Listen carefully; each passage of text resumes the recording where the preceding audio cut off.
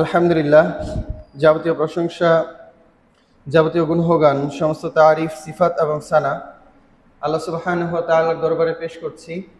যে আল্লাহ তাআলা আমাদেরকে আজকের জুমার দিনে এই নির্ধারিত সময়ে গুটি কয়েক মানুষকে মসজিদে আসার তৌফিক দান করেছেন। সে আল্লাহ সুবহানাহু ওয়া তাআলার দরবারে লাখো কোটি শুকরিয়া আদায় করার নিমিত্তে আমরা কালিমাতুশ শুকরিয়া পাঠ করছি, উচ্চারণ করছি আলহামদুলিল্লাহ। অগণিত দুরূদ এবং সালাম পেশ করছি সাইয়্যিদুল মুরসালিন খাতামুন নবিয়্যিন মুস্তাফা মুহাম্মদ রাসূলুল্লাহ সাল্লাল্লাহু আলাইহি ওয়াসাল্লামের উপর। সম্মানিত উপস্থিতি মুসলিনে কেরাম, আজকে আমরা খুবই গুরুত্বপূর্ণ বিষয় নিয়ে আলোচনা করতে যাচ্ছি। বৃষ্টির কারণে আজকে আমাদের মুসল্লির সংখ্যা খুবই কম, কিন্তু আজকের দিনে আমার মনে হয় আমি সবচেয়ে গুরুত্বপূর্ণ বিষয় নিয়ে দাঁড়িয়েছি। আমরা গত সপ্তাহে আলোচনা করেছিলাম শিক্ষা এবং তার গুরুত্ব সম্পর্কে, এবং আমরা সেখানে আপনাদেরকে জানিয়েছিলাম যে বিশ্ব নেতৃত্বে কিভাবে আল্লাহ তাআলা শিক্ষিতদেরকে বাছাই করেছেন, এবং আমরা এও জানিয়েছিলাম যে আজকে আমরা বিশ্ব নেতৃত্বে শিক্ষার ডিরেক্ট অবদান নিয়ে আলোচনা করব। প্রথমতই একটা আয়াত দিয়ে শুরু করতে চাই। আল্লাহ সুবহানাহু ওয়া তাআলা কোরআনুল কারীমে সেখানে বলছেন, কুল হাল ইয়াস্তাবিল্লাযীনা ইয়ালামুনা ওয়াল্লাযীনা লা ইয়ালামুন। হে নবী, আপনি বলুন তো, যারা জানে এবং যারা জানে না তারা কি কখনো সমান হতে পারে? আপনাদের কি মনে হয়? আল্লাহ তাআলা এই প্রশ্ন শুধু নবীকে নয়, বরং আমাদেরকেও করছেন। আমি আপনাদের কাছে সেই প্রশ্নটা পৌঁছে দিচ্ছি, আপনারা উত্তর দিন। যারা জানে এবং যারা জানে না তারা কি কখনো সমান হতে পারে? না। আল্লাহ সুবহানাহু ওয়া তাআলার ভাগাড়ম্বরপূর্ণ বক্তৃতা, আল্লাহ তাআলার কথা কত ফাসাহাত এবং বালাগাতপূর্ণ, এখান থেকে আমরা বুঝতে পারি। ব্যাকরণের একটা অংশ হলো নেগাইন্টার, মানে প্রশ্ন করা হচ্ছে আসলে উত্তর পাওয়া উদ্দেশ্য না, কিছু জানানো উদ্দেশ্য এবং নাবাচক উদ্দেশ্য। যেমন আপনাকে কেউ বললো যে ভাই ওই জায়গায় কি ঘটেছিল, আপনি উত্তরে বললেন যে আরে আমি কি সেখানে গেছি নাকি? তো আপনি কি আসলে তাকে জিজ্ঞেস করছেন, বরং আপনি বুঝাচ্ছেন যে আপনি সেখানে যান নাই। তো প্রশ্নের মাধ্যমে আপনি নাবাচক বুঝাচ্ছেন। এরকম ভাবে আল্লাহ তাআলা এখানে প্রশ্ন করার মাধ্যমে নাবাচক জিনিসটা বুঝাচ্ছেন, যে যারা জানে এবং তারা জানে না তারা কি সমান হতে পারে। এর দ্বারা আল্লাহ তাআলা বুঝাচ্ছেন যে যারা জানে এবং যারা জানে না তারা কখনোই সমান হতে পারে না। এবং ইলম হলো দুনিয়ার সবচেয়ে গুরুত্বপূর্ণ এবং ভ্যালুয়েবল একটা জিনিস। আমরা জেনেছিলাম যে সমগ্র বিশ্বে যদি সবচেয়ে গুরুত্বপূর্ণ কোনো সম্পদ থেকে থাকে তাহলে সেটা হলো জ্ঞান। আপনি আপনার জীবনে যদি জ্ঞান অর্জন করে থাকেন তাহলে আপনার জীবনের সবচেয়ে গুরুত্বপূর্ণ মর্যাদাবান একটি সম্পদ অর্জন করেছেন। এবং আমি সেজন্য ব্যক্তিগতভাবে বলতে চাই যে কোনো রকমের সম্পদের তুলনায় জ্ঞান হলো সবচেয়ে বেশি সাস্টেইনেবল, ডিউরেবল এবং টেকসই। উদাহরণস্বরূপ, আপনি জীবনে প্রচুর পরিমাণে টাকা জমিয়েছেন, ব্যাংকে সেই টাকা রেখেছেন। গতকাল যদি এই মুহূর্তে যদি ঘোষণা আসে যে ব্যাংক উদা হয়ে গেছে, আপনার সাথে সাথে রাস্তার ফকির। গত 1 ঘন্টা আগে আপনি কোটি টাকার মালিক হলো, এই মুহূর্তে আপনি কোনো টাকার মালিক নন। আপনি প্রচুর টাকা খরচ করে আপনার জীবনের সকল ইনকামকে ব্যয় করে আপনি একটা বাড়ি নির্মাণ করেছেন। হঠাৎ করে একটা ভূমিকম্প আসলো, আপনার বাড়ি ধ্বংস হয়ে গেল। কিছুক্ষণ আগে আপনি কোটি টাকার মালিক ছিলেন, এই মুহূর্তে আপনি রাস্তার ফকির। আপনি প্রচুর পরিমাণের সম্পদ অর্জন করেছেন, সারা দেশ জুড়ে আপনার অসংখ্য জমি জমা রয়েছে। যদি হঠাৎ করে বৈশ্বিক রাজনৈতিক অবস্থা চেঞ্জ হয় এবং আবার যদি কোনো রকমের চিরস্থায়ী বন্দোবস্তের মতো নতুন কোনো সংস্কার আসে, আপনি রাতারাতি রাস্তার ভিক্ষুক হয়ে যাবেন। কিন্তু একমাত্র এক্সেপ্ট ফর নলেজ, জ্ঞান ব্যতীত যদি আপনি জ্ঞানী হয়ে থাকেন, এই জ্ঞান হলো এমন একটা জিনিস যেই জিনিসকে কখনোই ভূমিধসের মাধ্যমে ধ্বংস করা যায় না, ব্যাংক লুটপাট করার মাধ্যমে ধ্বংস করে দেওয়া যায় না, বৈশ্বিক রাজনৈতিক যে কোনো রকমের পরিস্থিতি চেঞ্জ করার মাধ্যমেও যেটাকে ধ্বংস করা যায় না, সেই একমাত্র জিনিসটাই হলো, একমাত্র সম্পদটা হলো জ্ঞান। যে জ্ঞানকে সবচাইতে বেশি ডিউরেবল এবং সাস্টেইনেবল জিনিস হিসেবে আখ্যায়িত করা হয়। তো সেই জন্য ইংরেজিতে একটা কথা আছে, নলেজ ইজ পাওয়ার। জ্ঞানই হলো শক্তি। সবচাইতে বেশি শক্তিশালী জিনিস জ্ঞান। এর চাইতে বড় কোনো জিনিস পৃথিবীতে আসে নেই, আসবেও না, এমনকি কল্পনাও করা যায় না। সেজন্য আমরা সর্বোপরি বিশ্বব্যাপী দেখতে পাই যারা শক্তি অর্জন করেছেন, যারা শক্তি প্রয়োগ করেছেন, যারা শক্তি ধারণ করেছেন, তাদের একমাত্র একটা ক্ষমতা এবং পিলার ছিল যে তারা জ্ঞানী ছিলেন। তালুতকে আল্লাহ সুবহানাহু ওয়া তাআলা নেতৃত্ব দিয়েছিলেন তার জ্ঞানের কারণে। মুসলিম জাতি তাদের ক্ষমতা হাতে পেয়েছিল কেবলমাত্র তাদের জ্ঞানের কারণে। এবং জ্ঞানের সেই সকল বিষয়ের দিকে তাকালে আমরা আজকে বিশ্ব নেতৃত্বকে আমাদের সামনে ফুটিয়ে তুলতে পারি। আজকে বিশ্ব নেতৃত্বের ক্ষেত্রে আমাদের কাছে প্রেক্ষিত হলো ইউরোপ এবং মুসলিম বিশ্ব। আল্লাহ তাআলা কিভাবে কেবলমাত্র জ্ঞানের কারণে সারা বিশ্বের নেতৃত্বকে চেঞ্জ করেছেন, কিভাবে ক্ষমতার মাধ্যমে জ্ঞানের মাধ্যমে মুসলিমরা ক্ষমতায় এসেছে, এবং কিভাবে জ্ঞানের মাধ্যমে মুসলিমদেরকে হটিয়ে ইউরোপীয়রা পশ্চিমারা ক্ষমতায় এসেছে, এবং কিভাবে বৈশ্বিক রাজনীতি চলছে কেবলমাত্র জ্ঞানের উপরে নির্ভর করে, সেই বিষয়টা আমরা আজকে আলোচনা করবো ইনশাল্লাহ। এবং সেজন্য আমরা বলেছিলাম যে আজকের খুতবা সবাই বুঝতে পারবেন কিনা আমি জানি না, কিন্তু মূলত আজকের খুতবাটি নির্ধারণ করা হয়েছে যারা ইউনিভার্সিটি থেকে শুরু করে শিক্ষাঙ্গনে আছেন তাদের জন্য, যারা বৈশ্বিক রাজনীতি বুঝেন, যারা বৈশ্বিক অর্থনীতি বুঝেন, এবং যারা এই সকল জিনিস নিয়ে স্টাডি করতে চান, বৈশ্বিক অবস্থা জানতে চান, এবং ইসলামের উত্থান এবং পতনের মূল কেন্দ্রবিন্দু জানতে চান। আজকের আলোচনা হলো তাদের জন্য। বক্তব্য শুরু করার পূর্বেই আমি আপনাদেরকে একটা নেগেটিভিটি বলতে চাই। সেটি হলো, প্রত্যেকটা শিক্ষিত ব্যক্তির একটা নেগেটিভ, একটা নেতিবাচক সাইড আছে। সেই নেতিবাচক সাইডটা হলো যে তারা কখনোই অশিক্ষিত লোকদেরকে গুরুত্ব দিতে চান না। একজন ব্যক্তি যদি মূর্খ হয়ে থাকে, সে কত ধনী, সে কত বড় ক্ষমতাধর ব্যক্তি, সে কত বড় গুরুত্বপূর্ণ ব্যক্তি, একজন শিক্ষিত লোক তাকে কখনোই গুনায় ধরেন না। এটা হলো শিক্ষিত লোকদের বিষয়। এবং প্রত্যেকটা শিক্ষিত ব্যক্তি মনে করে থাকেন যে তিনি হলেন সবচাইতে শ্রেষ্ঠতম একজন ব্যক্তি মূর্খদের তুলনায়। যদিও তার কাছে সম্পদ নেই, যদিও তার কাছে অর্থ নেই, যদিও তার কাছে সামাজিক মর্যাদা নেই, কারণ হলো তিনি শিক্ষিত, তিনি শিক্ষা অর্জন করেছেন, এবং মূর্খ ব্যক্তির কাছে শিক্ষা নেই। সৌভাগ্যজনকভাবে এই দাবি এবং এই চিন্তা ভাবনা চূড়ান্তই সত্য। সত্যিকার অর্থেই যারা শিক্ষিত ব্যক্তি তারা মূর্খদের চাইতে শ্রেষ্ঠ।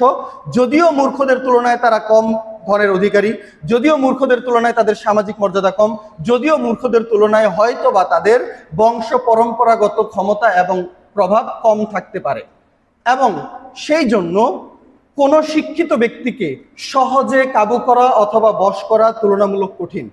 বৈশ্বিক রাজনীতিতে মুসলিমরা রোমান সাম্রাজ্য এবং পারস্য সাম্রাজ্যের পতন ঘটিয়ে সারা বিশ্বের বুকে মাথাচাড়া দিয়ে উঠেছিল। রোমান সাম্রাজ্য এবং পারস্য সাম্রাজ্য ধ্বংসের পিছনে মূলত কারণ কি ছিল? প্রধান কারণ কি ছিল? এই যে মুসলিমরা ধর্মীয় জ্ঞান থেকে এবং ঈমান থেকে তারা সুউচ্চ ছিল। কেবলমাত্র কি এই কারণ? না, কেবল এই কারণ নয়। এর পেছনে অন্যতম কারণ ছিল যে রোমানরা তাদের ভিতরের জ্ঞান বিজ্ঞানকে ধ্বংস করে ফেলেছে। রোমানরা তাদের লাইব্রেরি পুড়িয়েছে। পিছনে কারণ ছিল এই যে তৎকালীন সময়ের যত শাসক ছিলেন সবগুলো ছিলেন স্বৈর শাসক। স্বৈর শাসক মানে হলো এমন শাসক তিনি যা চান সেটা সবার উপরে বাস্তবায়ন করতে চান। স্বৈর শাসক মানে হলো একনায়কতন্ত্র, অর্থাৎ আমি যা চাইছি রাজা হিসেবে সবার উপরে সেটাই আমি প্রয়োগ করব, আমার সিদ্ধান্তই হবে চূড়ান্ত, এবং আমার উপরে কেউ কোনো সিদ্ধান্ত আনতে পারবে না, কোনো প্রশ্ন অথবা জবাবদিহিতার জায়গা থাকবে না। তো তারা হলো স্বৈর শাসক। তো প্রাচীনকালে রোমানদের সাম্রাজ্যের টাইমে অবশ্যই সকলেই ছিল স্বৈর শাসক, অর্থাৎ তারা সকলের উপরে তাদের ক্ষমতাকে প্রভাব বিস্তার করার চেষ্টা করত।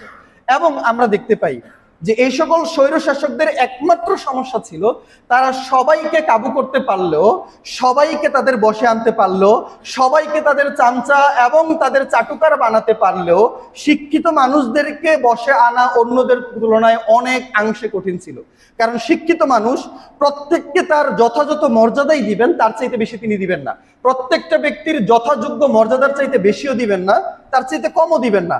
এবং সেই জন্য একজন ব্যক্তি যদি সে রাজাও হয়, শিক্ষিত মানুষ সর্বদা তাকে যথাযথ সম্মানই দেন, কখনো তার অতিরিক্ত চাটুকারিতা করেন না, অতিরিক্ত তোষামোদী করেন না। এবং এই জিনিসটাই ছিল তৎকালীন রোম সাম্রাজ্যের রাজাদের জন্য সবচেয়ে বড় সমস্যার বিষয়। তারা যখন দেখতে পেল যে শিক্ষিত মানুষদেরকে কন্ট্রোল করা যায় না, তখন তারা শিক্ষাকে ধ্বংস করা শুরু করলো। আমরা আজকে রোমান সাম্রাজ্যের লম্বা ইতিহাস অবশ্যই টানবো না, সেখান থেকে সারসংক্ষেপ একটা ধারণা আপনাদেরকে দিচ্ছি যে যখন তারা বুঝতে পারলো যে শিক্ষাই হলো তাদের সবচেয়ে বড় সমস্যা, যারা শিক্ষিত তারা যত বেশি শিক্ষা অধ্যয়ন করে তারা তত বেশি জানে এবং তারা তত কম মানে। কারণ স্বৈরশাসকদের দাবি তারা সবসময় মেনে নিতে চায় না, তাদের ভিতরে বিদ্রোহের একটা প্রভাব সর্বদাই থেকে যায়। তো তারা শিক্ষাকে সাপ্রেস করা শুরু করলো, শিক্ষাকে দমন করা শুরু করলো, সরাসরি ইনডিরেক্টলি না। যত প্রকারের লাইব্রেরি তৎকালীন সময়ের রোমান সাম্রাজ্যের ভিতরে ছিল সবগুলো লাইব্রেরিকে ধ্বংস করা হলো। যত রকমের বই ছিল সব ধরনের বইকে পোড়ানো হলো, যত পণ্ডিত ছিল তাদেরকে হত্যা করা হলো। এমনকি যদি কারো কাছে বিজ্ঞানের বই পাওয়া যেত, কেবলমাত্র বই পাওয়ার কারণেও তাদেরকে হত্যা করা হতো। কারণ তাদের চিন্তা ভাবনা ছিল, যদি আমরা আমাদের রাজ্যকে টিকিয়ে রাখতে চাই, যদি আমার ক্ষমতা এবং স্বৈরতন্ত্রকে প্রভাব বিস্তার করাতে চাই, ডিউরেবল করতে চাই, তাহলে শিক্ষিত লোকদের উপরে আমাদেরকে চাপ প্রয়োগ করতে হবে এবং তাদেরকে দমন করতে হবে। তারা শিক্ষিত লোকদেরকে দমন করার মাধ্যমে, শিক্ষাকে দমন করার মাধ্যমে ক্ষমতায় থাকতে চাইল। তার বিপরীতে ঠিক একই সময়ে মক্কাতে মুহাম্মদ সাল্লাল্লাহু আলাইহি ওয়াসাল্লামের উৎপত্তি ঘটে। তিনি আসার সাথে সাথে এই জাহিলি যুগের লোকদের মাঝে তিনি জ্ঞান বিজ্ঞানের প্রসার এবং সেখানে বিস্তার ঘটাতে থাকেন। যেখানে রোমান সাম্রাজ্যে তারা জ্ঞান বিজ্ঞানকে সাপ্রেস করছিল, দমন করছিল, নিপীড়ন করছিল, তার বিপরীতে মুহাম্মদ সাল্লাল্লাহু আলাইহি ওয়াসাল্লামের অসংখ্য হাদিস এবং কোরআনুল কারীমের আয়াতের মাধ্যমে বিভিন্নভাবে মুসলিমদেরকে উৎসাহিত করতে থাকলেন যেন তারা জ্ঞান বিজ্ঞানের সকল পর্যায়ে ছুটে যায় এবং জ্ঞান বিজ্ঞানের প্রত্যেকটা শাখায় যেন তারা বিচরণ করতে পারে। এইদিকে রোমান সাম্রাজ্যের জ্ঞান বিজ্ঞান ধ্বংস হতে লাগলো, বিপরীতে মুসলিম সাম্রাজ্যের জ্ঞান বিজ্ঞান আস্তে আস্তে উপরের দিকে উঠতে থাকলো। রাসূল সাল্লাল্লাহু আলাইহি ওয়াসাল্লাম জ্ঞান বিজ্ঞানের জন্য মাদ্রাসা প্রতিষ্ঠা করলেন। খোলাফায়ে রাশিদিনের যখন সময় আসলো তখন তারাও অনেক মাদ্রাসা প্রতিষ্ঠা করলেন। খোলাফায়ে রাশিদিনের পরের সময় আসলো উমাইয়া যুগ। উমাইয়া যুগের সর্বপ্রথম খলিফা ছিলেন মুআবিয়া রাদিয়াল্লাহু তাআলা আনহু, এবং মুআবিয়া রাদিয়াল্লাহু তাআলা আনহুর সন্তান ইয়াজিদ, যার বাহিনী হুসাইন রাদিয়াল্লাহু তাআলা আনহুকে কারবালার প্রান্তরে হত্যা করেছিল, শাহাদাত বরণ করিয়েছিল। তো উমাইয়া যুগের যখন সূচনা ঘটলো, উমাইয়া যুগের সূচনা ঘটার সাথে সাথে সারা বিশ্বব্যাপী একদম চায়না থেকে নিয়ে ইউরোপ এবং ইন্ডিয়া থেকে নিয়ে একদম পারস্য উপসাগর পর্যন্ত সর্বোচ্চ সারা বিশ্বব্যাপী যখন ইসলাম ছড়িয়ে পড়লো, তৎকালীন সময়ে 150 বছর শাসনের পরে উমাইয়া যুগের পতন ঘটে এবং আব্বাসীয় যুগের সূচনা আবার তৈরি হয়। উমাইয়া যুগের ক্ষেত্রে, তাদের পতনের ক্ষেত্রে আমরা একটা জিনিস লক্ষ্য করতে পারি যে তারা কেবলমাত্র সামরিক শক্তিকে শক্তিশালী করেছিল, তারা জ্ঞান বিজ্ঞানকে শক্তিশালী করে নাই, এবং সেই জন্য উমাইয়া শাসনের পতন হয় এবং আব্বাসীয় শাসনের সূত্রপাত শুরু হয়। কোরআনুল কারীমের মধ্যে আল্লাহ সুবহানাহু ওয়া তাআলা সূরা তাওবাতে বলছেন যে ওমা কানাল মুমিনুন লিয়ানফিরু কাফা, মুমিনদের উচিত নয় যে তারা সকলে মিলে সামরিক শক্তিতে যোগ দিবে, বরং তাদের মধ্যে যেন একটা দল থাকে যারা জ্ঞান বিজ্ঞান চর্চা করবে, কোরআন হাদিসের জ্ঞান অর্জন করবে।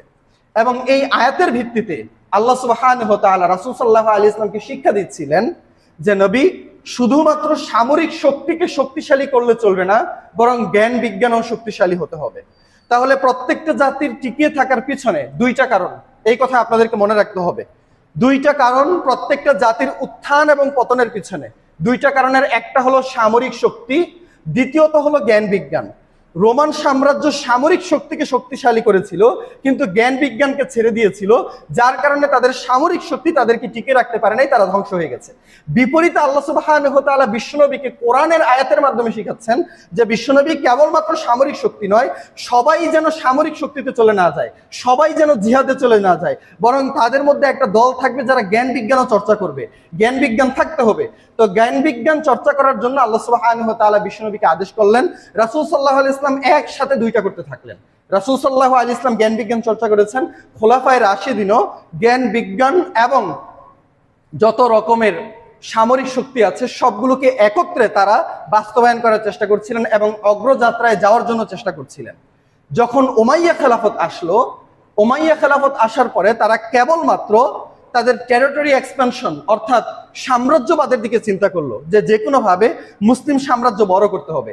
কেবলমাত্র উমাইয়া শাসনকর্তারা তাদের সামরিক শক্তির দিকে নজর দেয়, কিন্তু জ্ঞান বিজ্ঞানের দিকে তারা ততটা নজর দেয়নি, এবং যার কারণে ভুল বুঝাবুঝি মনে করে কিয়ামত আসা এবং ইমাম মাহাদির আগমনের কথা চিন্তা করে মুসলিম বিশ্বের মধ্যে তাদের আভ্যন্তরীণ গৃহযুদ্ধ শুরু হয় এবং উমাইয়া শাসনের পতন হয়। নতুন করে আব্বাসীয় যুগের সূচনা হয়। আব্বাসীয় যুগ আসার পরে আব্বাসীয় খোলাফায়ে কেরাম যারা খলিফা ছিলেন, সকল খলিফারা কেবলমাত্র জ্ঞান বিজ্ঞানকে গুরুত্ব দিতে থাকলেন এবং সামরিক যুদ্ধ থেকে, সামরিক চিন্তা ভাবনা থেকে তারা সরে আসতে থাকলেন। তাহলে খলিফা আব্বাসীয় খলিফারা তার বিপরীতটা করা শুরু করলেন। আব্বাসীয় খলিফাদের মধ্যে আমরা একজনকে জানি, খলিফা মামুনুর রশিদ। তিনি 9ম শতাব্দীর শুরুর দিকে তিনি দ্য হাউস অফ উইজডম, বাইতুল হিকমা প্রতিষ্ঠা করেন। এই বাইতুল হিকমা শব্দের বাংলা অর্থ আমরা করতে পারি প্রজ্ঞালয়, অর্থাৎ এমন ঘর যেখানে জ্ঞান বিজ্ঞানের চর্চা করা হবে।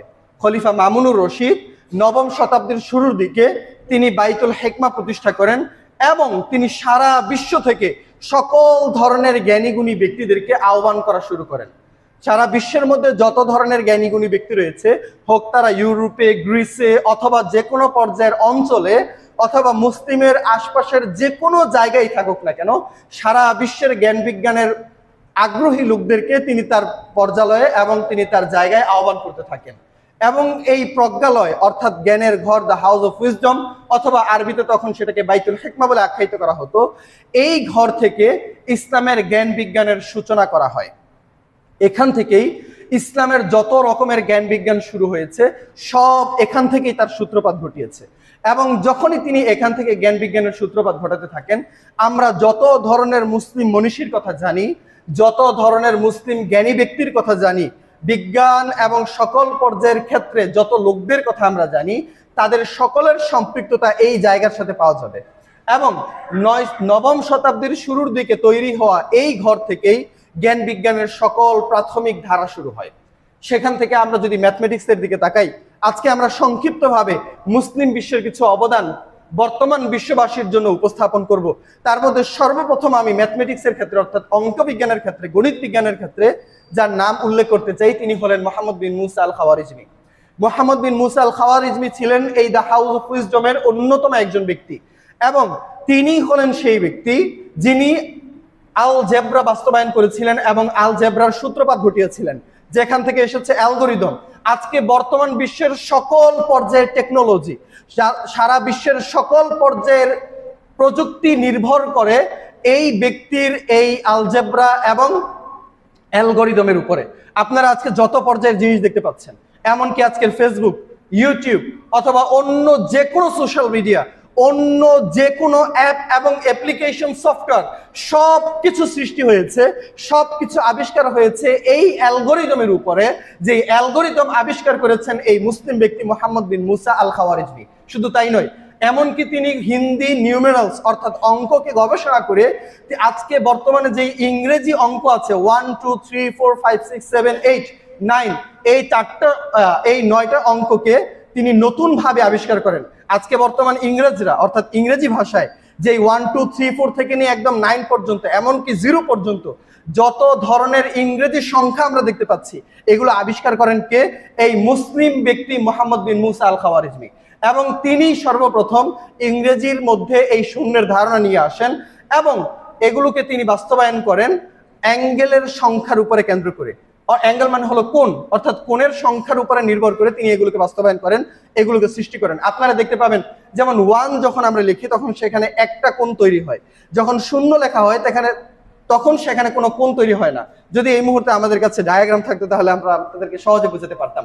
যাই হোক, তিনি হলেন সর্বপ্রথম ব্যক্তি যিনি এগুলোকে আবিষ্কার করেন এবং সারা মুসলিম বিশ্বের বুকে ছড়িয়ে দেন। যদিও মুসলিমরা সেটাকে গ্রহণ করে নাই, ততদিনে মুহাম্মদ বিন মুসা আল খাওয়ারিজমি তিনি ইংরেজি সংখ্যা আবিষ্কার করার পূর্বেই হিন্দি সংখ্যা মুসলিমদের মাঝে প্রভাব বিস্তার করে। আপনারা বর্তমানে যে আরবি হরফ দেখতে পাচ্ছেন, আরবি সংখ্যা দেখতে পাচ্ছেন, এমনকি আমাদের কোরআনুল কারিমের মধ্যে আমরা যে আরবি সংখ্যা দেখতে পাচ্ছি, এটা কিন্তু মূলত আরবিদের অর্থাৎ মুসলিমদের করা আবিষ্কার নয়, এটা হলো হিন্দুদের আবিষ্কার করা সংখ্যা।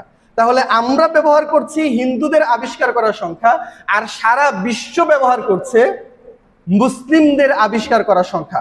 কারণ যতদিনে খাওয়ারিজমি এই ইংরেজি সংখ্যা আবিষ্কার করেছেন, ততদিনে সারা বিশ্বব্যাপী সারা মুসলিম কান্ট্রিতে খাওয়ারিজমির পূর্বে আবিষ্কার করা হিন্দি সংখ্যাগুলো প্রভাব বিস্তার করে, এবং সেজন্য সারা বিশ্বের মুসলিমরা আর সেটাকে পরিবর্তন করার ইচ্ছা পোষণ করে নাই, বরং তারা সেটাকেই ধরে রেখেছে।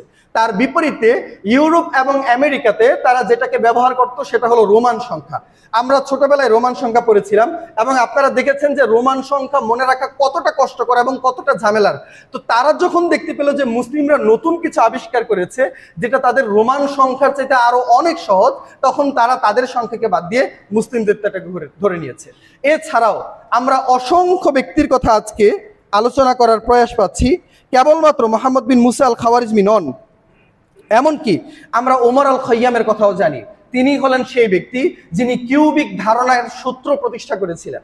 আমরা অঙ্কের ক্ষেত্রে a² + b² সূত্র জানি, তো এ স্কোয়ার প্লাস বি স্কোয়ার অর্থাৎ স্কোয়ারের সূত্র আমরা আবিষ্কার করেছিলাম অনেক আগে থেকেই, কিন্তু কিউবিক অর্থাৎ এ কিউব প্লাস বি কিউব এই কিউবের সূত্র আবিষ্কার করা ছিল মুসলিম বিশ্বের নয়, বরং সারা বিশ্বের গণিতবিদদের জন্য সবচাইতে কঠিন এবং সবচাইতে যুগান্তকারী বিষয়, যেটাকে আবিষ্কার করেছিলেন ওমর আল খাইয়াম ওই হাউস অফ উইজডম থেকে।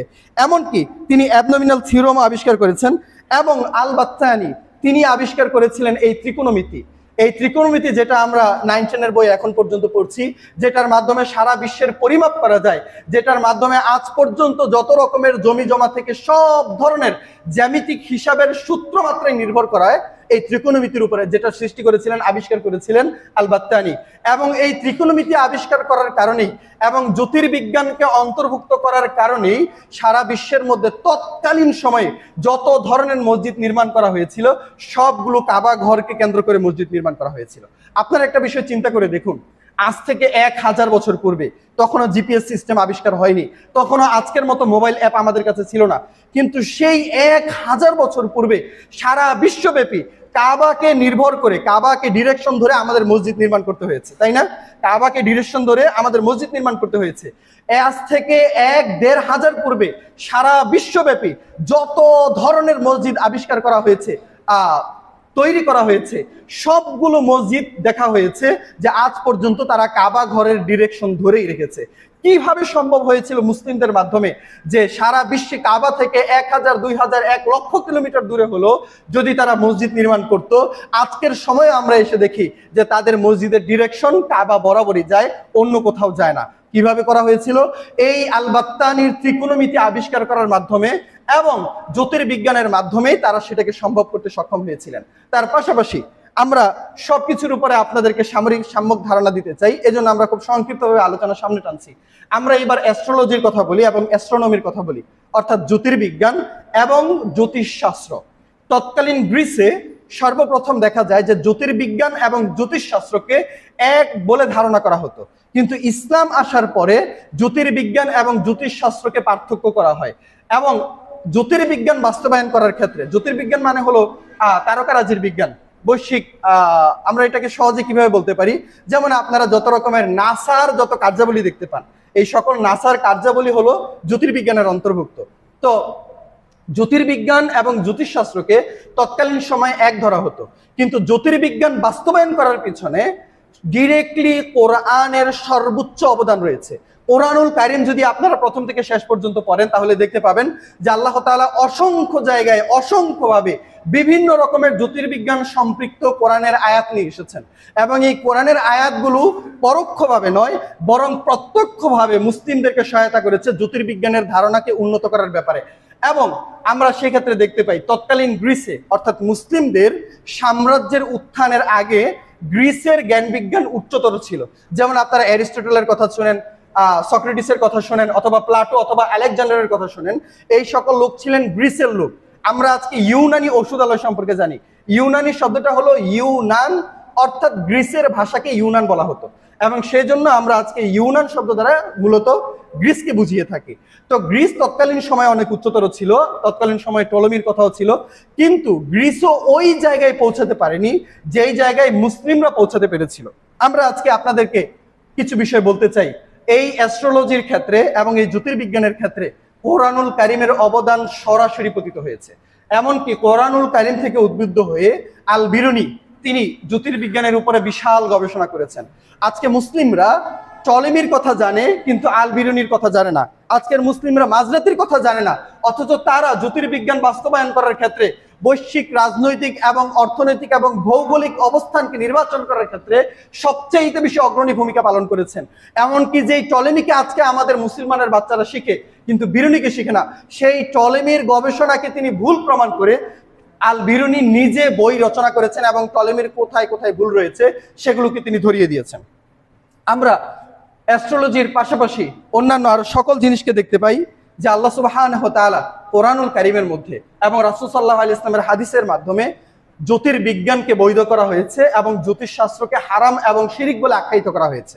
তো এইভাবেই কোরআনুল কারীম জ্যোতির্বিজ্ঞান থেকে জ্যোতিষশাস্ত্রকে আলাদা করা হয়েছে, এবং আজকে বর্তমানে ইসলামে জ্যোতির্বিজ্ঞান নিয়ে গবেষণা করা ধার্মিকতা, সওয়াবের কাজ, যার বিপরীতে জ্যোতিষশাস্ত্র নিয়ে গবেষণা করা, সেটা নিয়ে বিশ্বাস করা, সেটা হলো আমাদের জন্য শিরিক এবং আমাদের জন্য হারাম একটি কাজ। আমরা আরো যেই সকল বিষয় দেখতে পাই তার মধ্যে আরেকটা না বললেই নয়, সেটা হলো চিকিৎসা শাস্ত্র। চিকিৎসা শাস্ত্রের আলোচনা যখনই আসবে তখনই যারা সামান্য স্বল্প শিক্ষিত, যারা মোটামুটি কিছু জানেন, তারাও সর্বপ্রথম যার নাম স্মরণ করবেন তিনি হলেন ইবনে সিনা। তিনি হলেন ইবনে সিনা। এই ইবনে সিনার গবেষণা তৎকালীন সময়ে, আজ থেকে 1000 বছর পূর্বে, প্রায় 1000 বছর পূর্বের এই ইবনে সিনার গবেষণা আজ পর্যন্ত মেডিকেল স্টুডেন্টরা অধ্যয়ন করছে। যেখানে সভ্যতা এবং আমাদের সফলতা এই জায়গায় চলে এসেছে এবং তৎকালীন অসংখ্য জিনিসকে বাদ দেওয়া হয়েছে ভুল হওয়ার কারণে, সেখানে ইবনে সিনাকে আজ পর্যন্ত আমরা অধ্যয়ন করছি এবং ইবনে সিনাকে আজ পর্যন্ত আমরা অনুসরণ করছি। এর পাশাপাশি আমরা আরো কয়েকজনের কথা বলতে চাই আপনাদেরকে। তার মধ্যে অন্যতম হলেন মোহাম্মদ বিন জাকারিয়া আর রাজি। মোহাম্মদ বিন জাকারিয়া আর রাজি তিনি চিকিৎসা শাস্ত্রে অনেক উচ্চতর একজন ব্যক্তি ছিলেন। আমরা কেবলমাত্র ইবনে সিনার কথা জানি কারণ ইবনে সিনার গবেষণা ইউরোপে এমন ভাবে প্রচারিত হয়েছে যে ইবনে সিনাকে অস্বীকার করা তাদের জন্য অসম্ভব, কিন্তু তার বিপরীতে যারা রয়েছেন তাদেরকে অস্বীকার করা অসম্ভব নয়। আজকে আমরা আমাদের খুতবায় যা উপস্থাপন করছি সেটা মূল আইডিয়ার হয়তোবা এতটাই কম পরিমাণ হবে সমুদ্র থেকে 1 ফোঁটা তুললে যেই পরিমাণ হয়। প্রধানত মুসলিমদের গবেষণা এবং মুসলিমদের বৈজ্ঞানিক অবদান এতটাই বেশি ছিল এবং আমরা সেখানে ওই সমস্ত আলোচনা থেকে এত সামান্য পরিমাণে উপস্থাপন করছি যেটাকে সমুদ্রের 1 ফোঁটা পানির সাথে তুলনা করা যায়। এর কারণ হলো ইউরোপিয়ানরা যখন মুসলিমদের উপরে তাদের অবস্থান এবং তাদের ক্ষমতাকে অন্তর্ভুক্ত করেছে তখন তারা মুসলিমদের জ্ঞান বিজ্ঞানকে অস্বীকার করা শুরু করেছে। আমরা সেই সম্পর্কে সামনে আরো আলোকপাত করার চেষ্টা করবো ইনশাআল্লাহ। তো সেই ক্ষেত্রে আমরা দেখতে পাই ইবনে সিনার পরে মোহাম্মদ বিন জাকারিয়া আর রাজি তিনি সকল চিকিৎসা বিজ্ঞানের ক্ষেত্রে সবচেয়ে গুরুত্বপূর্ণ অবদান রাখেন এবং এছাড়াও মুসলিম বিশ্বের মধ্যে সর্বপ্রথম হসপিটাল নির্বাচন করা হয় এবং সেখানে প্রতিষ্ঠা করা হয়। সারা বিশ্বের মধ্যে, কেবলমাত্র মুসলিম বিশ্ব নয় বরং সারা বিশ্বের মধ্যে সর্বপ্রথম হসপিটাল নির্মাণ করা হয় বাগদাদে, সেই তৎকালীন সময়ে 9ম শতাব্দীতে। এবং এই হসপিটাল নির্মাণ করার পিছনে উদ্দেশ্য ছিল গরিব দুঃখী মানুষদেরকে সেবা প্রদান করা। তৎকালীন সময়ে কেবলমাত্র ধনী লোকেরাই চিকিৎসা গ্রহণ করতে পারতেন। তারা নির্দিষ্ট চিকিৎসকদেরকে তাদের বাড়িতে আহ্বান করতেন, অর্থনৈতিক সহযোগিতা প্রদান করার মাধ্যমে তারা চিকিৎসা গ্রহণ করতে পারতেন। তো সেই ক্ষেত্রে গরিব লোক যাদের জন্য খেটে খাওয়াটাই ছিল কঠিন বিষয়, সেখানে চিকিৎসা ছিল তাদের জন্য বিলাসিতা। সেই জায়গা থেকে যখন সাধারণ মুসলিমরা এবং খলিফারা, তৎকালীন মুসলিম লোকেরা এই গরিব লোকদের অবস্থান অনুভব করতে পারলেন, তখন তারা মুসলিম বিশ্বে হসপিটাল নির্মাণ করেন। এবং আহমদ বিন তুলুনের নাম আপনারা শুনে থাকবেন, যিনি ফুস্তাতে 60,000 স্বর্ণের দিনার ব্যয় করে তিনি হসপিটাল নির্মাণ করেছিলেন কেবলমাত্র গরিব লোকদেরকে চিকিৎসা দেওয়ার জন্য। এর বিপরীতে অন্যান্য সারা বিশ্বের কোনো ব্যক্তি তৎকালীন সময় পর্যন্ত হসপিটাল কি জিনিস সেই ধারণাই তাদের কাছে ছিল না। তো তার বিপরীতে সর্বপ্রথম মুসলিমরাই তাদের অঞ্চলে বাগদাদে এবং পরবর্তীতে ফুস্তাতে গরিব লোকদের সুবিধা প্রদান করার জন্য হসপিটাল নির্মাণ করা হয় এবং সেখান থেকে তাদেরকে সুবিধা দেওয়া হয়। এমনকি আমরা ইবনে আল নাফিসের কথাও বলতে পারি। এরপরে ফিজিক্সের ক্ষেত্রে আমরা ইবনুল হাইসামের কথা বলতে পারি। আলোচনার সময় আমাদের সংক্ষিপ্ত, এই জন্য আমরা খুবই সংক্ষিপ্তভাবে আপনাদেরকে জানাচ্ছি। ইবনুল হাইসামের কথা যদি আমরা ফিজিক্সের ক্ষেত্রে বলি তাহলে তার আলোচনা শেষ করা যাবে না। তিনি আলোর প্রতিসরণ এবং আলোর বিজ্ঞানের উপরে বিস্তারিত আলোচনা করেছেন এবং গবেষণা করেছেন। এমনকি আলো থেকেই ক্যামেরার ধারণা এসেছে। আজকে যেই ক্যামেরা হচ্ছে, যেই ক্যামেরা আমরা করছি, সেই ক্যামেরা শব্দটাও মুসলিমদের থেকে গ্রহণ করা। ইবনে হাইয়ান তিনি অন্য একটা কারণে, খুবই হাস্যকর একটা কারণে, এটা ঘটনা ভিন্ন, খুব হাস্যকর একটা ঘটনার সম্মুখীন হয়ে তিনি কারাবদ্ধ হন। কারাবদ্ধ হওয়ার পরে সেই ঘরের ভিতরে থেকে তিনি গবেষণা করতে থাকেন এবং আলো নিয়ে গবেষণা করেন। সে আলো থেকে গবেষণা করা আসা উত্তপান্তই গবেষণা করার পরে ক্যামেরা আবিষ্কার করা হয়। ক্যামেরা শব্দটা এসেছে কামরা থেকে। আরবিতে কামরা শব্দের অর্থ হলো ছোট্ট ঘর, বাংলাতেও আমরা ব্যবহার করি। কামরা শব্দের অর্থ হলো ছোট্ট ঘর। তো তিনি যেহেতু কারাগারে থাকা অবস্থায় এই ছোট্ট ঘরে থেকে ক্যামেরার গবেষণা করেছেন। যদিও তিনি ক্যামেরা আবিষ্কার করেননি, কিন্তু ক্যামেরা যেই ধারণার উপরে আবিষ্কার করা হয়েছে সেটা তার কাছ থেকে এসেছে, এবং সেজন্য অ্যাট্রিবিউট স্বরূপ ক্যামেরা শব্দটা তার এই ধারণা থেকেই এসেছে। আমরা এছাড়াও যদি কেমিস্ট্রির কথা বলি, তাহলে কেমিস্ট্রির আলোচনা আমরা শেষ করতেই পারবো না, কারণ কেমিস্ট্রি শব্দটা ইংরেজিতে আলকেমি শব্দ থেকে এসেছে। আলকেমি থেকে কেমিস্ট্রি। তৎকালীন সময়ে সর্বপ্রথম রসায়নের ধারণার উৎপত্তি ঘটে মুসলিমদের মাধ্যমে।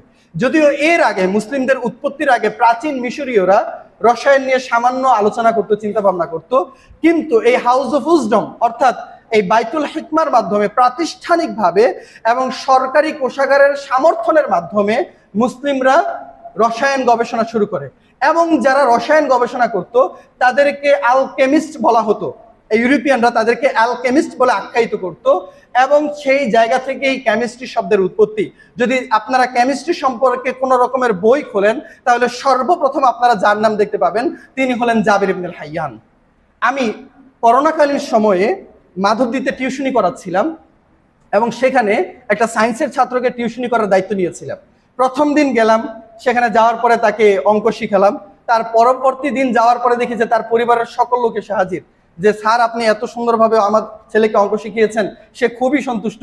আপনি যতদিন পর্যন্ত তাকে অঙ্ক শিখাবেন, যতদিন পর্যন্ত তার শিক্ষক থাকবেন, ততদিন পর্যন্ত আমরা অন্য কাউকে চিন্তা করছি না, আপনি আপনার সর্বোচ্চটা দিয়ে চেষ্টা করেন। অঙ্কের প্রাথমিক লেকচার দিলাম। পরবর্তী দিন রসায়নের আলোচনা করতে যাচ্ছি। তো রসায়নের আলোচনা করতে গেলে সর্বপ্রথম যার আলোচনা করতে হবে তিনি হলেন জাবির ইবনুল হাইয়ান, যাকে রসায়নের জনক বলে আখ্যায়িত করা হয়। তো যখনই আমি রসায়নের আলোচনা করলাম এবং আমি মুসলিমদের অবদান সম্পর্কে রসায়নের উপরে আলোচনা করতে থাকলাম, দেখলাম তার চোখগুলো বড় বড় হয়ে গেল, কারণ দুর্ভাগ্যজনকভাবে আমি যাকে পড়াচ্ছিলাম সেই ছাত্রটি ছিল হিন্দু, এবং সে ধারণা করছিল যে আমি মনে হয় তাকে মুসলিম বানানোর বিভিন্নভাবে তাকে প্ররোচিত করছি, মুসলিমদের জ্ঞান বিজ্ঞানের বিভিন্ন বিষয় তাকে জানানোর মাধ্যমে। তো তার পরবর্তী দিনে আমার কাছে সংবাদ আসলো যে আপনি যেন আর না আসেন, আপনার টিউশন সেখান থেকে ক্যান্সেল করা হয়েছে। তো এই ক্ষেত্রে আমার কিছুই করার ছিল না। কেন?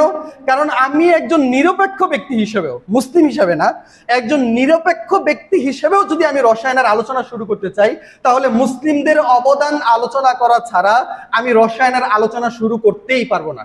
তো সর্বোপরি আমরা দেখতে পাই যে সমগ্র মুসলিম বিশ্বে, সারা বিশ্বব্যাপী মুসলিমদের অবদান কি পরিমাণ ছিল। বিশ্বের সর্বপ্রথম বিশ্ববিদ্যালয় প্রতিষ্ঠা করা হয়েছিল তৎকালীন সময়ে কারাউইনে, দ্য ইউনিভার্সিটি অফ কারাউইন, যেটা নির্মাণ করা হয়েছিল তৎকালীন সময়ের তুরস্কে, এবং এই বিশ্ববিদ্যালয় নির্মাণ করা হয়েছিল 859 সালে। এবং সেই সময়টা এমন একটা টাইম ছিল, আজকের সময়ের মতো নয় অবশ্যই, সেই টাইমটা এমন একটা টাইম ছিল ইউনিভার্সিটি কি, সারা বিশ্বব্যাপী লেখাপড়া কি জিনিস সেটাই জানতো না। কারণ এর প্রায় 500 বছর আগে ইউরোপের যত রকমের জ্ঞান বিজ্ঞান ছিল ততদিন ধ্বংস করে দেওয়া হয়েছে, এবং ক্যাথলিক চার্চের লোকেরা এবং অন্যান্য পোপরা যাদের কাছে বিজ্ঞানের কোনো গবেষণা পেতেন, যাদের কাছে কোনো ধরনের বই পেতেন, তাদেরকে হত্যা করতেন। তো সারা বিশ্বব্যাপী যেখানে শিক্ষা কি জিনিস সেইটাই জানতো না, সেখানে মুসলিমরা 859 সালে ইউনিভার্সিটি প্রতিষ্ঠা করেছে, এবং সারা বিশ্বের একক সিদ্ধান্ত অনুযায়ী বিশ্বের সর্বপ্রথম ইউনিভার্সিটি হলো সেটা, এবং সেখান থেকে পিএইচডি এবং ডক্টরেট ডিগ্রি অর্জনের ধারণা সূত্রপাত হয়।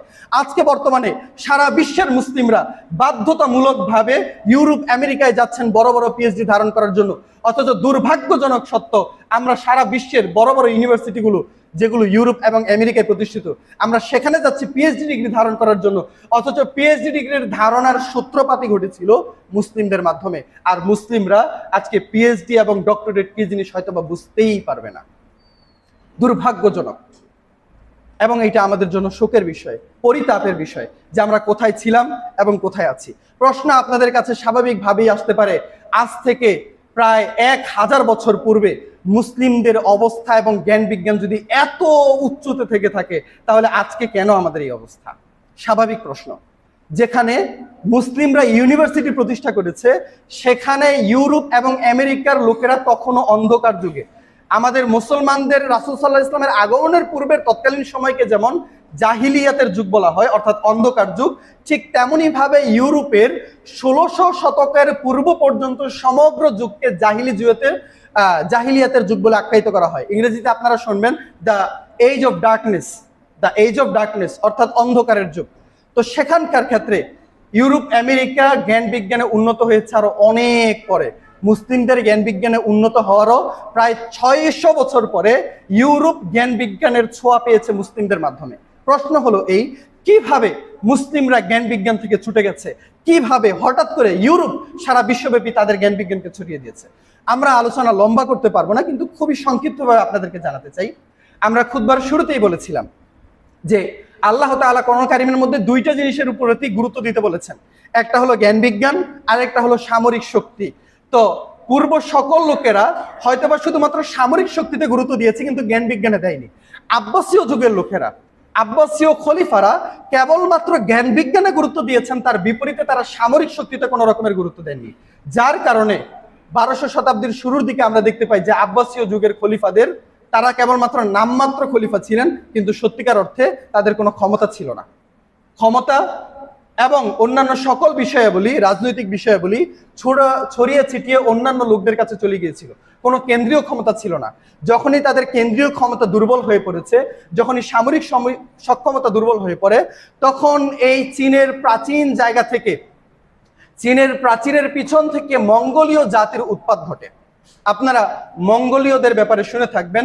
এই মঙ্গোলিয়া নামে দেশও রয়েছে বর্তমানে, এবং মঙ্গোলীয় যুগের লোকেরা, ওই জায়গার লোকেরা ছিল খুবই দুর্ধর্ষ, এবং তাদের আসলে কোনো সভ্যতা ছিল না। তাদের একমাত্র টার্গেট ছিল যে হত্যা করতে হবে এবং লুটপাট করতে হবে, মার্ডার অ্যান্ড পিলিজ, কেবলমাত্র হত্যা এবং লুটপাট এবং আমাদের সাম্রাজ্য বাড়াতে হবে, এটাই ছিল তাদের টার্গেট। তারা আস্তে আস্তে তাদের সাম্রাজ্য বিস্তার করতে করতে মুসলিমদের সাথে অনাকাঙ্ক্ষিতভাবে তারা যুদ্ধে লেগে যায়, এবং তারা 1220 সালে মুসলিমদের একাংশকে ধ্বংস করে, এবং 1258 সালে তারা ডিরেক্টলি বাগদাদে এসে আক্রমণ করে। এবং এই দুই আক্রমণের মাধ্যমে ইতিহাসবিদদের বক্তব্য অনুযায়ী প্রায় 6 কোটি মানুষকে হত্যা করা হয়, এবং প্রায় 4 লক্ষের উপরে বইকে ধ্বংস করা হয়। মুসলিমদের 600 বছরের গবেষণা এক সময়ের মধ্যে, এক সপ্তাহের মধ্যে মাটির তলে ধসিয়ে যায়, কেবল এই একটা ঘটনার কারণে। মঙ্গোলীয়রা যখন আক্রমণ করে, যদি 6 কোটির সংখ্যাটা সত্য নাও হয়, আপনারা একবার চিন্তা করে দেখতে পারেন, যদি 6 কোটির সংখ্যাটা নাও হয়, তারপরেও সমগ্র মুসলিম বিশ্বের যত ধরনের প্রায় মুসলিম ছিল সবাইকে তারা মেসাকার করেছে, গণহত্যা করেছে, হত্যা যজ্ঞ চালিয়েছে। এবং এইভাবে হত্যা করার মাধ্যমে মুসলিম বিশ্বের পরিস্থিতি এমন জায়গায় চলে গিয়েছিল, তৎকালীন সময়ের কোন মুসলিম মনীষীর যদি আপনারা ফতোয়া পড়েন, দেখবেন তারা সকলেই তাদেরকে ইয়াজুজ মাহুজ বলে আখ্যায়িত করেছেন, এবং সকল ওলামায়ে কেরাম একসাথে দাবি করেছেন যে এরাই হলো ইয়াজুজ মাহুজ। আজকে সারা বিশ্ব থেকে ইসলাম ধ্বংস হয়ে গেছে, নিশ্চিহ্ন হয়ে গেছে, তার অর্থ হলো কিয়ামত চলে এসেছে, এই মুহূর্তে কিয়ামত পতিত হবে। এমন ভাবে সারা বিশ্ব থেকে মুসলিমদেরকে ধ্বংস করে দেওয়া হয়। যদি 6 কোটি নাও হয়, কিন্তু অন্তত এইটুকু ধারণা করা হয় যে আরব বিশ্বের যত মুসলিম ছিল প্রায় সবাইকেই হত্যা করা হয়। যেই অল্প কিছু মানুষ বেঁচে ছিল তারা সকলেই তুর্কিদের সাথে যুক্ত হয়, এবং তুর্কিদের সাথে যুক্ত হওয়ার মাধ্যমে সেখান থেকে তারা আবার তাদের সামরিক শক্তিকে শক্তিশালী করার চিন্তা ভাবনা করে। এইটা হলো আরেকটা যুগ, তুর্কি সালতানাত, অর্থাৎ অটোমান সাম্রাজ্যের নাম আমরা জেনে থাকি। এই আব্বাসীয় খেলাফতের পরে, এই ধ্বংসযজ্ঞের পরে অটোমান সাম্রাজ্যের ভিত্তি গড়ে ওঠে। তারা ইতিপূর্বে সামরিক শক্তিতে দুর্বল হওয়ার কারণে তারা ধ্বংস হয়েছে। অটোমান সাম্রাজ্যের ক্ষমতা যখন বিস্তারিত লাভ করতে থাকে, তাদের একমাত্র টার্গেট হয়ে যায় যে তারা যে কোনো ভাবেই হোক না কেন সামরিক শক্তিতে সর্বোচ্চ হবে। এবং 1500 সালের মধ্যে সারা বিশ্বের মধ্যে সবচেয়ে বেশি শক্তিশালী যারা ছিল তারাই হলো অটোমান সাম্রাজ্যের লোকেরা। অটোমান সাম্রাজ্য সারা বিশ্বের মধ্যে যত বড় সাম্রাজ্য তৈরি করতে পেরেছে পৃথিবীর এই 8 বিলিয়ন বছরের ইতিহাসে, এমনকি তার পরবর্তীতেও কোনো গবেষক অথবা কোনো ইতিহাসবিদ ধারণা করেন না যে এর চাইতে বড় সাম্রাজ্য পৃথিবীর আর কারো মাধ্যমে তৈরি করা সম্ভব, হোক সে আমেরিকা অথবা চীন অথবা রাশিয়া, কারো দ্বারাই অটোমান সাম্রাজ্যের মতো এত বড় সাম্রাজ্য আবার নতুন করে দাঁড় করানো সম্ভব না। তো 1500 শতাব্দীর শুরুর দিকে অটোমান সাম্রাজ্য ছিল সবচাইতে বেশি শক্তিশালী। 1500 এবং 16, যেহেতু তারা পৃথিবীর সবচাইতে বেশি শক্তিশালী দল ছিল, তারা জ্ঞান বিজ্ঞান থেকে তাদের নিজেদেরকে সরিয়ে নিতে থাকে। কিভাবে অটোমান সাম্রাজ্যের লোকেরা জ্ঞান বিজ্ঞান থেকে নিজেদেরকে ছাড়িয়ে নিয়েছে, এটা আমরা আগামী সপ্তাহের পরবর্তী সপ্তাহে ইনশাল্লাহ আলোচনা করার চেষ্টা করব, যে মুসলিম বিশ্বের পতনের পিছনে ডাইরেক্ট কারণ কি ছিল, কি জন্য সরাসরি মুসলিম বিশ্ব পতন হয়েছিল, তার পিছনে কি কারণ ছিল, সেটা আমরা আগামী সপ্তাহের পরের সপ্তাহে ইনশাআল্লাহ আলোচনা করব আল্লাহ তাআলা তৌফিক দিলে। তো সেখান থেকে আমরা দেখতে পাই যে আল্লাহ সুবহানাহু ওয়া তাআলা কিভাবে তাদেরকে পরিবর্তন করেছেন এবং কিভাবে তাদের কাছে ক্ষমতা দিয়েছেন। যখন অটোমান সাম্রাজ্যের লোকেরা অতিরিক্ত বিলাসিতার কারণে তারা জ্ঞান বিজ্ঞান থেকে সরে আসতে থাকলো, তৎকালীন সময়ে ক্রুসেডের মাধ্যমে ইউরোপিয়ানরা মুসলিমদের জ্ঞান বিজ্ঞান সম্পর্কে ধারণা পেতে থাকে। সর্বপ্রথম ক্রুসেডের যুদ্ধ হয় একদম 1100 শতাব্দীর শুরুর দিকে এবং প্রায় 200 বছর যাবৎ ক্রুসেডের যুদ্ধ চলমান থাকে। ক্রুসেডের যুদ্ধ মানে হলো এই জেরুজালেমকে ঘিরে মুসলিম এবং খ্রিস্টানদের মধ্যে সংগঠিত হওয়া যুদ্ধ। ইউরোপিয়ানরা অর্থাৎ ইউরোপের খ্রিস্টানরা চাচ্ছিল জেরুজালেম তারা দখলে নিবে এবং মুসলিমরা চাচ্ছিল জেরুজালেম তাদের দখলে রাখবে। তো এই জেরুজালেম অর্থাৎ আজকের ফিলিস্তিন অর্থাৎ আজকের প্যালেস্টাইন, এই ফিলিস্তিনকে কেন্দ্র করে এই জেরুজালেমকে কেন্দ্র করে যে যুদ্ধ মুসলিমদের মাঝে এবং খ্রিস্টানদের মাঝে সংগঠিত হয়েছিল, এইটা ছিল 200 বছর যাবত প্রায় 9 বার যুদ্ধ সংগঠিত হয়েছিল মুসলিম এবং খ্রিস্টানদের মাঝে। প্রথমবার খ্রিস্টানরা সফল হলো, পরবর্তীবার আর কখনোই সফল হতে পারেনি। তো ইউরোপিয়ানরা এই ক্রুসেডের যুদ্ধের মাধ্যমে সর্বপ্রথম তারা জ্ঞান বিজ্ঞানের সাথে মুসলিমদের সাথে পরিচিত হতে থাকে। তারা সর্বপ্রথম জানতে পারে যে কাগজ কি জিনিস, তারা সর্বপ্রথম জানতে পারে যে জ্ঞান বিজ্ঞান কি জিনিস, তারা সর্বপ্রথম জানতে পারে যে বিশ্ববিদ্যালয় কি জিনিস। তখন তারা মুসলিমদের কাছ থেকে এগুলো আস্তে আস্তে নিতে থাকে। একদিকে ক্রুসেডের যুদ্ধের মাধ্যমে তারা জ্ঞান বিজ্ঞান সম্পর্কে ধারণা পেতে থাকে, দ্বিতীয়ত ইউরোপের একটি অঞ্চল মুসলিমদের অধিকারে ছিল, সেই অঞ্চলটির নাম স্পেন এবং পর্তুগাল। আপনারা যারা এই যে একটা খেলোয়াড় আছে না ক্রিস্টিয়ানো রোনালদো, তার বাড়ি কোথায়? পর্তুগালের লিসবনে। এই পর্তুগাল এবং স্পেন ছিল মুসলিমদের অধিকারে এবং এইটাকে তৎকালীন সময়ে বলা হতো আল আন্দালুস। আপনারা নাম শুনে থাকবেন। এই আন্দালুস যেহেতু ইউরোপের অন্তর্ভুক্ত ছিল, তার অপরদিকে ইটালির সবচেয়ে নিকটবর্তী একটি উপদ্বীপ হলো সিসিলি। এই সিসিলি এবং সাইপ্রাস এগুলো মুসলিমদের অধিকারে ছিল। তো যেহেতু ইউরোপের অন্তর্ভুক্ত এবং নিকটবর্তী এই উপদ্বীপ এবং দ্বীপগুলো মুসলিমদের অধিকারে ছিল, ঠিক যেরকম ভাবে বাগদাদ এবং অন্যান্য মুসলিম অঞ্চলগুলোতে ইসলাম এবং জ্ঞান বিজ্ঞানের প্রসার করেছে, ওই সকল অঞ্চলও জ্ঞান বিজ্ঞানের প্রসার ঘটেছে। এবং সেই কারণে ইউরোপিয়ান লোকেরা আন্দালুস অর্থাৎ স্পেন এবং পর্তুগাল থেকে এবং ইটালিয়ানরা এবং ফরাসিরা সিসিলি এবং সাইপ্রাস থেকে মুসলিমদের জ্ঞান বিজ্ঞান সম্পর্কে ধারণা পেতে থাকে। তারা মুসলিমদের জ্ঞান বিজ্ঞান সম্পর্কে ধারণা পেতে থাকে এবং সেই ধারণা তারা তাদের নিজেদের জন্য কাজে লাগাতে থাকে। যত রকমের আরবি বই রয়েছে, সব ধরনের আরবি বইগুলোকে আপনারা কার্লুস দি গ্রেটের নাম শুনে থাকবেন, সে সহ অন্যান্য অনেক ইউরোপিয়ানরা মুসলিমদের এই আরবি বইগুলোকে তাদের ইংরেজি, ল্যাটিন, ফরাসি এবং ইউনানি ভাষায় তারা অনুবাদ করতে থাকে। তাদের দেশে তারা জ্ঞান বিজ্ঞানের প্রসার ঘটাতে থাকে। তো একদিকে ইউরোপে জ্ঞান বিজ্ঞানের প্রসার ঘটছে, অপরদিকে মুসলিমরা জ্ঞান বিজ্ঞান থেকে দূরে সরে যেতে থাকছে। এক পর্যায়ে 100 বছর, 200 বছর, 300 বছরের মাথায় 1400 সাল থেকে ইউরোপিয়ানদের মাঝে জ্ঞান বিজ্ঞানের বাহ্যিক প্রচার এবং প্রসার শুরু হয়। 300 বছরের মধ্যে তারা জ্ঞান বিজ্ঞানে এতটাই সুউচ্চ জায়গায় চলে যায় যে এখন অটোমান সাম্রাজ্য যদিও তারা সামরিক শক্তিতে অনেক, কিন্তু জ্ঞান বিজ্ঞানের তারা কিছুই না। জ্ঞান বিজ্ঞানের কাছে তারা কিছুই না। ইউরোপিয়ানরা 300 বছরের জ্ঞান বিজ্ঞানের উন্নতির মাধ্যমে তারা বিভিন্ন রকমের অত্যাধুনিক সামরিক সরঞ্জাম তৈরি করতে থাকে। যেমন তারা পিস্তল আবিষ্কার করেছে, তারা রাইফেল আবিষ্কার করেছে, বিভিন্ন রকমের বোমা তৈরি করেছে এবং এই বোমা তৈরি করার মাধ্যমে, বিভিন্ন ধরনের কামান তৈরি করার মাধ্যমে মুসলিমদের এই সাধারণ সৈন্যরা একদম ভূপাতিত হয়ে যায় এবং প্রতিনিয়ত 200 বছরের মধ্যে সমগ্র অটোমান সাম্রাজ্য তারা দখল করতে থাকে। সর্বশেষ প্রথম বিশ্বযুদ্ধে আমরা দেখতে পাই অটোমান সাম্রাজ্যের বাহ্যিক পতন ঘটে এবং 1924 সালে অফিসিয়ালি অটোমান সাম্রাজ্যের পতন ঘটে। আজকে আমাদের 2024 সাল, 100 বছর আগে অটোমান সাম্রাজ্যের প্রাতিষ্ঠানিক এবং অবকাঠামোগত পতন ঘটার মাধ্যমে মুসলিম বিশ্বের খেলাফতের সমাপ্তি ঘটে যায়। যেখানে মুসলিম বিশ্বের সমাপ্তি ঘটে, সেখানে ইউরোপিয়ানদের ক্ষমতা আবার চূড়ান্ত হয়ে শক্তিশালী হতে থাকে।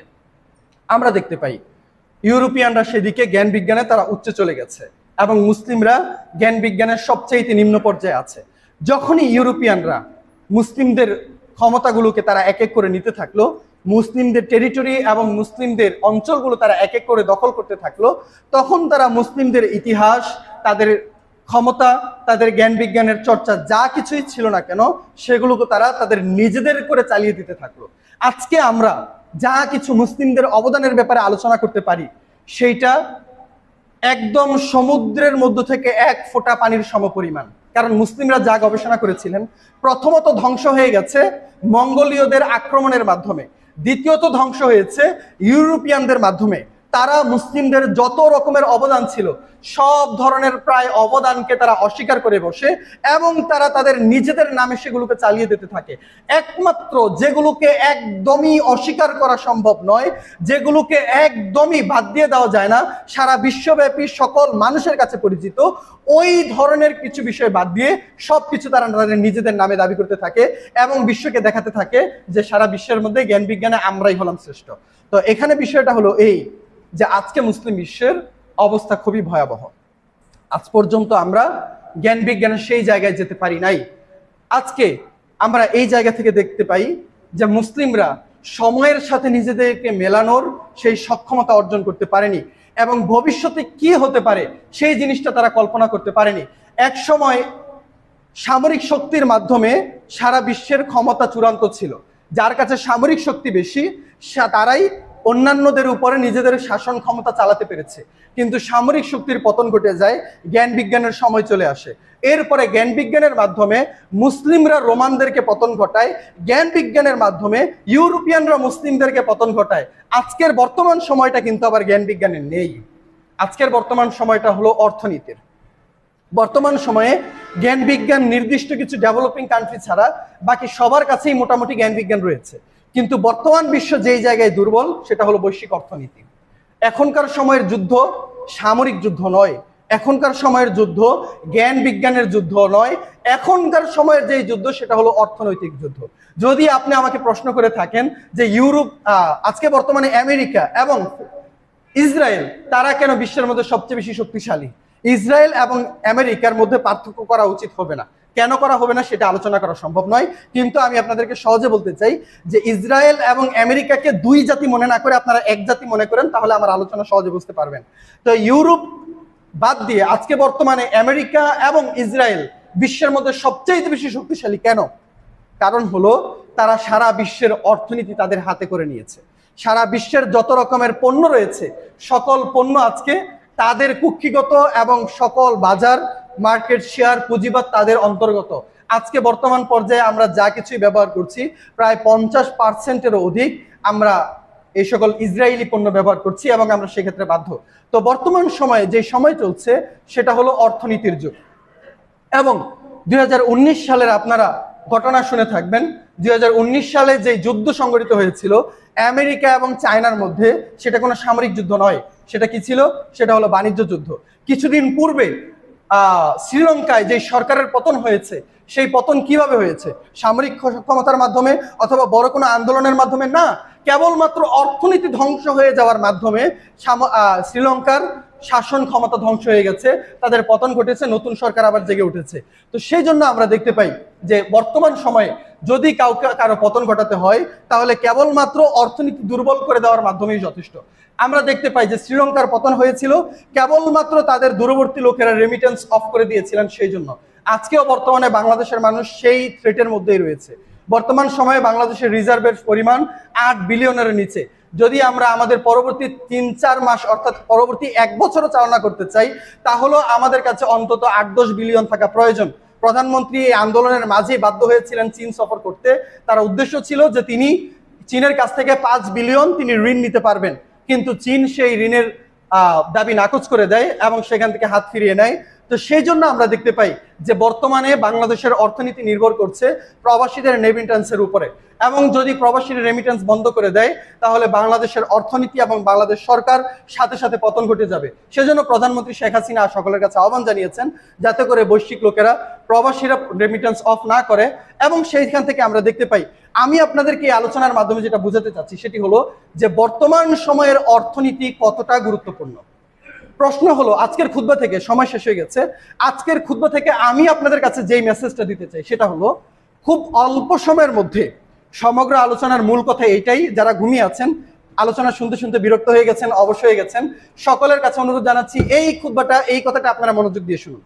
এই আলোচনা থেকে আজকের মূল উদ্দেশ্য আমার কি?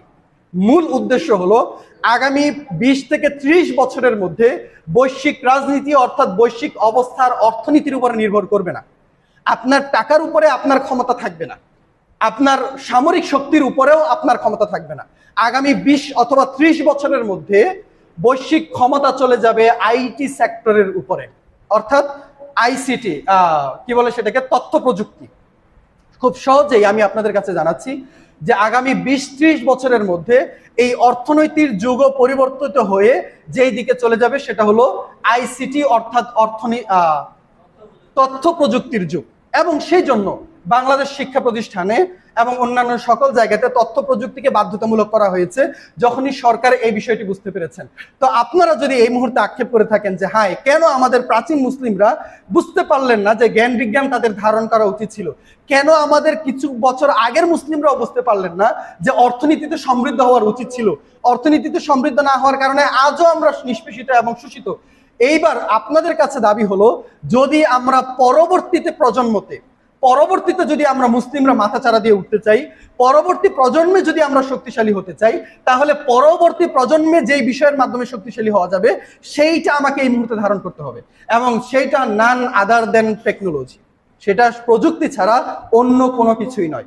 সুতরাং আমি আপনাদের সকলের কাছে আহ্বান জানাচ্ছি যে আপনারা জ্ঞান বিজ্ঞানে অবশ্যই সর্বোচ্চ চূড়ায় থাকার চেষ্টা করবেন, তার মধ্যে প্রধানত প্রযুক্তিতে দক্ষ হওয়ার চেষ্টা করবেন, কারণ পরবর্তী সময় আমাদের অন্য কোনো বিষয় নয়, পরবর্তী যুগ আসবে আমাদের প্রযুক্তির উপরে।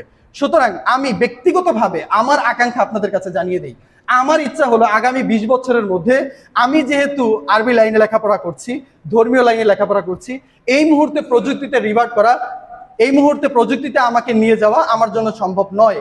কিন্তু আমার টার্গেট হলো আগামী 20 বছরের মধ্যে আমি অবশ্যই প্রতিষ্ঠান তৈরি করব যেখান থেকে অন্তত পক্ষে প্রতি বছর 10 জন হলো ধার্মিক মুসলিম টেকনিশিয়ান সেখান থেকে আমি বের করতে পারবো। এবং আপনাদের কাছে আমার আহ্বান হলো, আপনারা প্রত্যেকে নিজে নিজে আপনাদের সন্তানদেরকে অথবা আপনাদের যাদের সামর্থ্য রয়েছে তারা ধার্মিক মুসলিম বুদ্ধিমান ব্রিলিয়ান্ট মেধাবী শিক্ষার্থীদেরকে বাছাই করে করে তাদেরকে আমরা টেকনোলজিতে উদ্বুদ্ধ হওয়ার এবং টেকনোলজিতে দক্ষ হওয়ার প্রতি তাদেরকে আহ্বান জানান। যদি আমরা এইটা করতে পারি তাহলে কেবলমাত্র বাংলাদেশ পরবর্তীতে বিশ্বে লিড দিবে না, বরং সারা বিশ্বে মুসলিমরা লিড দিতে পারবে, এবং সেটাই হবে আমাদের পরবর্তী টার্গেট। আল্লাহ সুবহানাহু ওয়া তাআলার কাছে দোয়া করছি, আল্লাহ সুবহানাহু ওয়া তাআলা যেন এই সকল বিষয়কে বুঝে শুনে আমল করার এবং ভবিষ্যতের সকল বিষয়ের সমস্যা এবং চ্যালেঞ্জকে মোকাবেলা করার তৌফিক দান করেন। আল্লাহুম্মা আমিন।